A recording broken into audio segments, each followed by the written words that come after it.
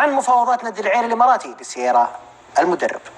صار مفرح، انتصار أسعدني وأسعد لاعبيني والجهاز الإداري والجهاز الفني، وهذا اللي كنا نطمح له.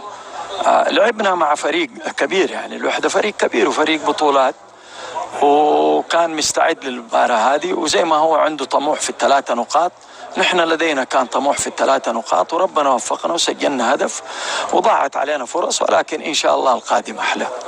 بالنسبة بعد خروجكم من كأس الملك كان في انعزال تام من الإدارة ومن اللاعبين، يعني ما في أي أحد صرح وتكلم، بالرغم أنه رئيس نادي الطائي يعني تكلم كلام أكثر من كلمة، يعني من ضمنها المرحوم أنه قالوا أنه في ذمة الظهر 50,000 على نادي الطائي. هذا شأنه هو يتكلم زي ما يبغى، أنا ما راح أرد على الكلام هذا. وإذا أنا قلت له بلاش استخدام الأعلام وتقول له عدني ب50,000، إذا بدي أرجع الدفاتر وهو ما يعرف تاريخ الطائي وتاريخ الاتحاد، أنا أقول له أهو دحين أنا اديت أيام المرحوم الرئيس السابق للطائي، أعطيته لاعبين كان في حاجتهم، أعطينا لهم هي كده هدية من نادي الاتحاد، وراح استرجع إن شاء الله دفاتر عشان أطلع له أسماء اللاعبين اللي هديناها، وكان يستاهل راشد المطيري.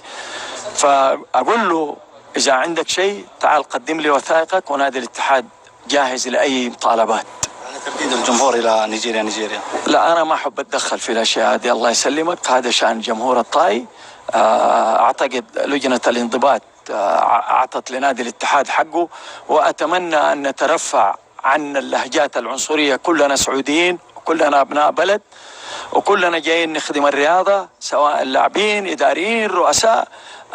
الأشياء هذه منبوذة بالنسبة لي هذه، ولا أقبلها ولا من جمهور اتحاد ولا جمهور طائي ولا أهلي. المفروض نلتزم بالأخلاق الحميدة، وربنا علمنا حاجة واحدة، إني أحترم الشخص.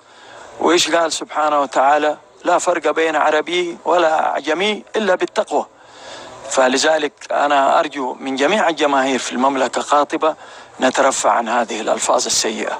طيب أنت جاوبت على السؤال، اليوم سمعت الجماهير قالت سييرا صح؟ سييرا باقي مع الاتحاد بإذن الواحد الأحد. سييرا على حسب ما بلغني، أنا ماني متأكد من الخبر، العين